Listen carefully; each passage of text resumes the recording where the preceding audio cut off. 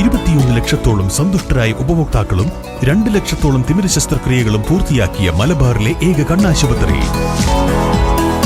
Al Salama eye hospital, hospital road, Perinthalmanna. Perinthalmanna junior chamber ഇന്റർനാഷണലിന്റെ 18ാമത് പ്രസിഡന്റായി JFT ഷെഫീഖ് കൊണ്ടേത്ത് സ്ഥാനമേറ്റു.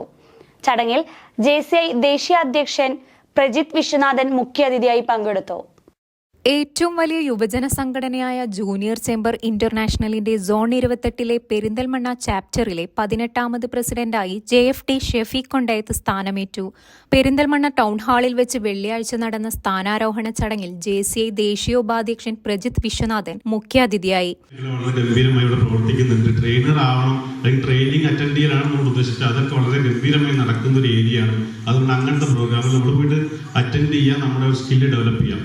അതല്ല, പിന്നെ മാനേജ്മെന്റ് ഏരിയ, ലീഡർഷിപ്പ് ലെവലിലാണ് നമ്മൾ ഡെവലപ്പ് ചെയ്യേണ്ടത് വെച്ചാൽ ആ മേഖലയുമായി ബന്ധപ്പെട്ട പ്രോഗ്രാമിൽ നമ്മൾ പിന്നെ പങ്കെടുക്കുക. അങ്ങനെ ഒരുപാട് ഓപ്പർച്യൂണിറ്റീസ് ഉണ്ട്. പക്ഷേ നമ്മൾ എപ്പോഴും പറയാറ് ഒരു JCI എന്ന് പറഞ്ഞ ലീഡർഷിപ്പ് പഠിപ്പിക്കുന്ന ലീഡേഴ്സിനെ ഉണ്ടാക്കുന്ന സംഘടനയാണ്.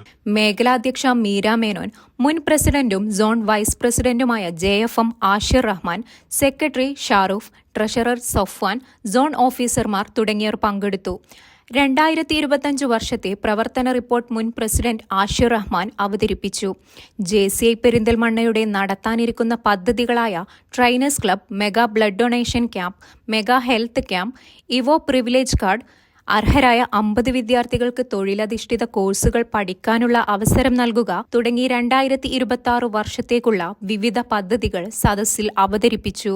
മികച്ച പുതുമുഖ സംരംഭകനുള്ള കമൽപത്ര അവാർഡ് JCI ദേശീയ ഉപാധ്യക്ഷൻ പ്രജിത് വിശ്വനാഥനിൽ നിന്നും 3 phase managing director Aneesh Kumar, ടോബിബ് അവാർഡ് നെജ്മൽ ബാബു എന്നിവർ ഏറ്റുവാങ്ങി.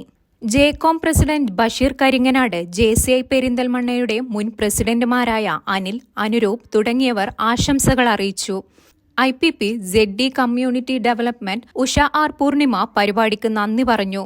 ചടങ്ങിൽ സോൺ ഓഫീസർമാർ, സാമൂഹിക സാംസ്കാരിക നേതാക്കൾ, സുഹൃത്തുക്കൾ എന്നിവർ പങ്കെടുത്തു.